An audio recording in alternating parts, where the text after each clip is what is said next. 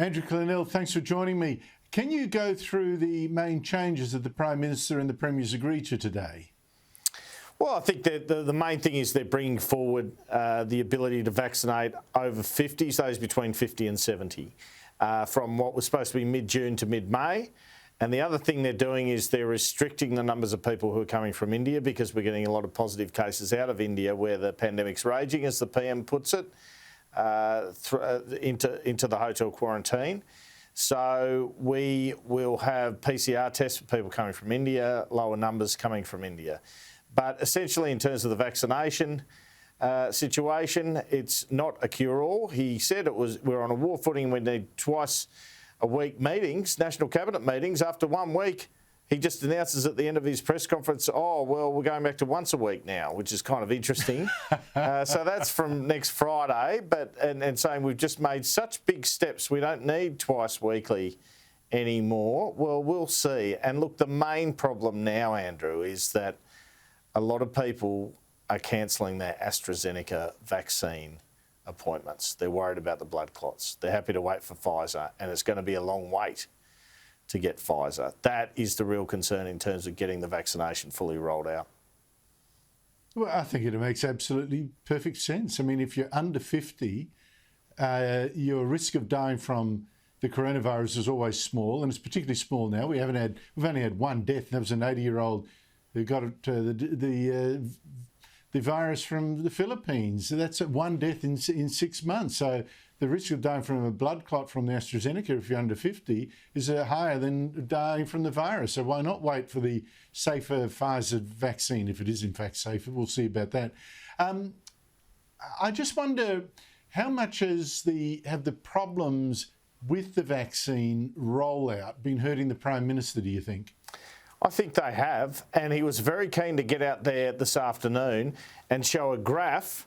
I mean, they say lies, lies and damn statistics, don't they, Andrew? He showed a graph which showed at the equivalent time of the rollout in their country, so not now, but at the equivalent time from when their rollout started, that we're right up there in terms of countries and rolling out doses.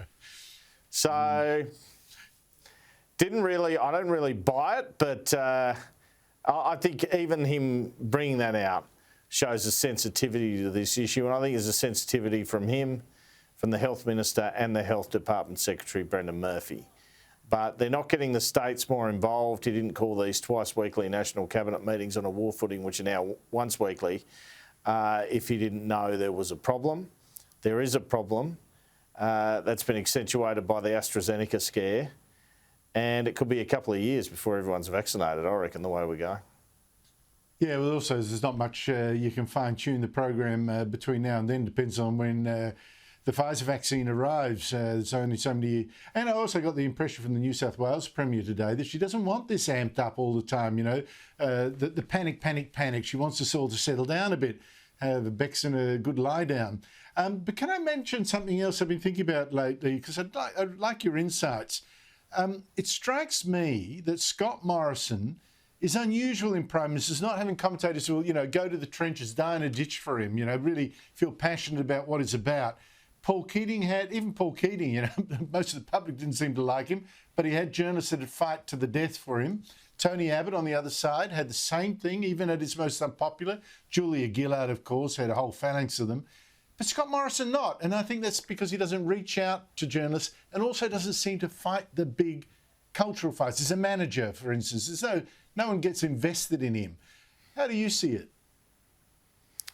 I think that's broadly accurate. I mean, he's middle of the road, so he's not going to have the right-wing commentator back him or the left-wing commentator back him.